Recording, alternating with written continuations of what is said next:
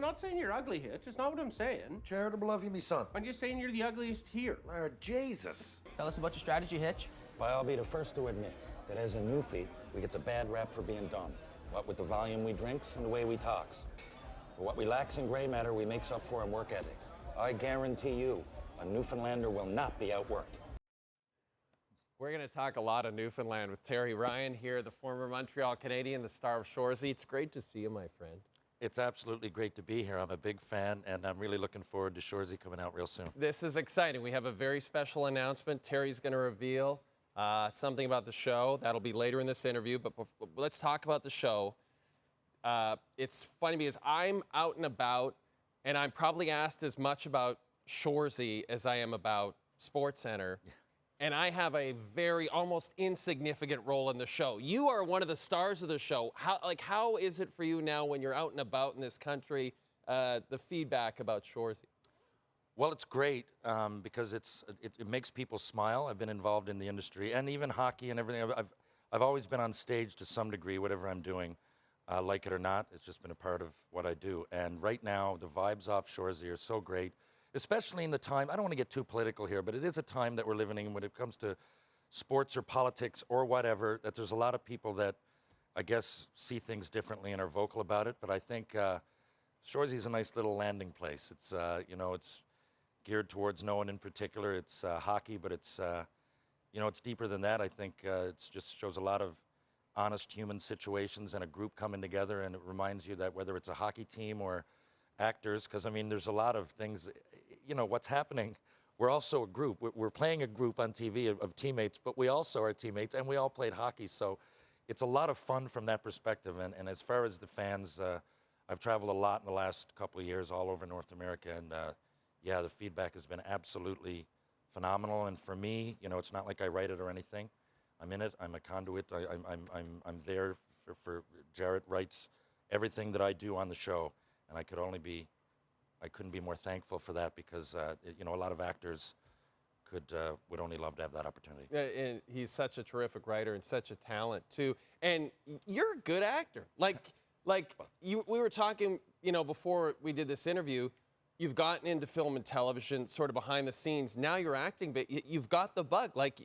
Is this something you want to continue to pursue after Shoresy maybe ends? Yeah, I enjoy it. I worked on a film set for years. For about 6 years, I was locations, or I was a set dresser. I got into the union.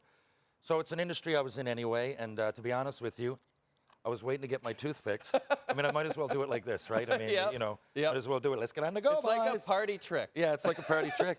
Ty Domi knocked him at first, and then you'll have to get Tales of a First Round Nothing, my best-selling book, to figure out the rest of that story. But anyway, I was going to get this fixed. I was in the union, and I met Alan Hawko and Jason Momoa, and they were doing a new Hawk. Met Momoa, taught him to play hockey, and I kept the tooth out because I started to get some roles like soldiers or gangsters or whatever it would be. Not a hockey player until Letterkenny, if you can believe it. But I started to get little things, and I realized that, it's about a look. But once Jason helped me get into the union, I said, okay, I'm here and I have an opportunity. And for lack of, I don't want to get right into it, but I didn't exactly treat my NHL opportunity the best. I kind of squandered it. I didn't go back to camp, and I hurt myself. And, I don't want to dwell on anything. After I had my daughter, that was water under the bridge. But I saw something there. I said, okay, I have an opportunity here. I got in, and let's give this something. So, I'm not saying I'm Robert De Niro here in Taxi Driver, but opportunities have come up. I'm trying to take advantage, and I love the industry. It's very similar. People don't realize you're on a film set, you got to work as a team, and if one cog in that wheel screws up even a little bit, you try to work with them, and it wears on people. It's got to be very, very mentally tough. It's hockey between the scenes without being on the ice. So I also adapted to that. It wasn't, I'm going to say difficult, but it was easier because of the people I was working with. Yeah. Shoresy, as well as I do, it's not your regular film set. It's people that, we all hang out like it's a hockey road trip. Yeah, it's fun. It's just fun to shoot the show. It's absolutely right. Yeah, it's just a blast. It looks fun when you watch it, and it's as much fun to put together as it is to watch. And I wanted to ask you about, you brought up hockey. Playoffs are underway. You were upstairs watching the Leafs and Bruins. So we got Leafs, we got Oilers, we got the Jets, we got the Canucks. Do you think we might actually break a a 3-decade-long Stanley Cup drought in this country this year? Well, I've thought it for a while, and just on statistics alone. But if you look at it now, you can be either you can watch and be a fan on emotion, or you can love analytics. But both point to a Canadian team. This has been the best year, the best chances. I mean, 7 teams in a 32-team league. The fact that it's been over 30 years is mind-blowing to me. It's pretty wild. It really is. So Yeah. and this year, really, I'm not just saying it because I'm trying to sit on the fence. I've got 4 of the Canadian teams picked in the first round. I don't know what will happen after that. But I just think at some point here, something's got to give, and I really do hope. And it could be either team. I'm kind of partial to the Oilers.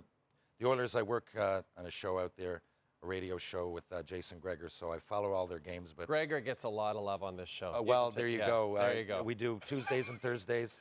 I co-host with him, and I have a lot of fun. And so, you know, so I feel like I know the Oilers better than the other teams. But to be honest with you, I watch most of the games.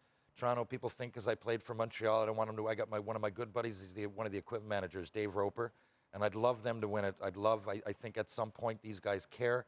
I love watching Austin Matthews, everything he did. I hope it can come together in the playoffs because, you know, fan or not, you don't want to see, you don't want to hold good people down. Yeah, fair enough. I like that. Okay, I know you get this question a lot because I get this question a lot. When will we see season 3 of Shoresy make its debut? Okay. Well, I guess I can tell you this, that May 24th here in Canada, you're going to get episodes 1 and 2. Then they're going to drop one, I believe, every Friday, once a week from then on. And if you're in the United States, you'll have to wait almost a month later to, I think it's June 21st on Hulu. Right. In any case, it's going to come out soon. I wasn't really sure. I'm not down with everything that goes on behind the scenes. But the fact that I'm here today, in the last couple of days, we've had some great conversations. I thought maybe it was going to be fall. But, hey, I'm looking forward to it as much as you guys are. And it's going to be not long now, just over a month. And you're going to have some Shoresy Season 3 for everybody to enjoy. Seems appropriate in a country that is obsessed with May 2-4 that this series should start on May 2-4. It seems appropriate somehow. I thought the same.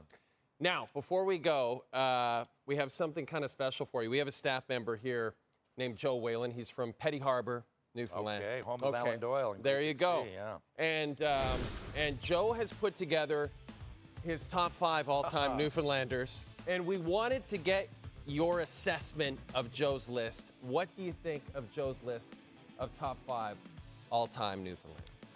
Wow, that is a great list. By the way, Brad Gurju from Mount Pearl, Newfoundland, doesn't live what far an from me. unbelievable curler. Unbelievable. Oh my God. I've known Brad for years. Actually, I was actually dating Toby McDonald's daughter, Sarah, way back when they won in 06. We're friends now and everything. We both moved on. But that's true. I love that. Yeah, when he won in Halifax to go to the Olympics, it was one of the best sports memories of my life. Brad's a few years younger than me, but from Mount Pearl. And everybody else on that list, come on. I saw Gordon Pinsent.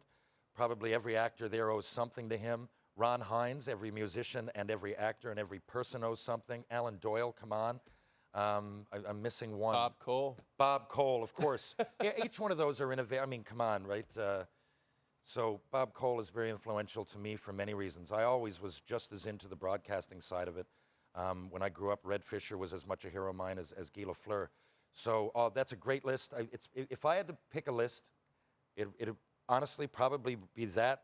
I would maybe, I know not everybody would agree with his politics, but Joey Smallwood got us into Canada in 1949. It's not that long ago. Yeah, it was a close vote, but I do know, I can speak for most Newfoundlanders here, we love being part of Canada. We do have our own identity. We kind of live, we have a foot in both kind of corners, but it's, you know, we're proud to be Newfoundlanders, but more than anything, joining Canada was great, and all of that probably wouldn't have been possible, all those people on that list, if it wasn't for Joey Smallwood.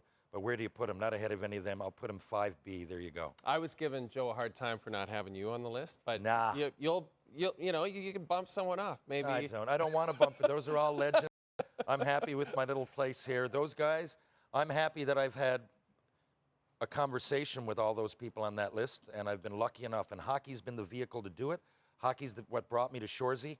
And, you know, I still, even though we talk about acting, I'm a hockey player more than anything. I always will be, and I'm proud to be one. And, you know, on top of all these opportunities, it led me to meet all those people on that phenomenal list that your buddy, what's his name? Joe Whalen. Joe Whalen put together. Thank you, Joe. Awesome job, my friend. Man, it was great to meet you, Terry. Great to be here. Yeah, this was a blast. And don't forget, Shoresy Season 3 debuting on Crave Friday, May the 24th. What a terrific weekend that will be for you. Just crush those 6 episodes. They're going to be amazing. When we come back, the highlight of the night. Stay tuned, everybody.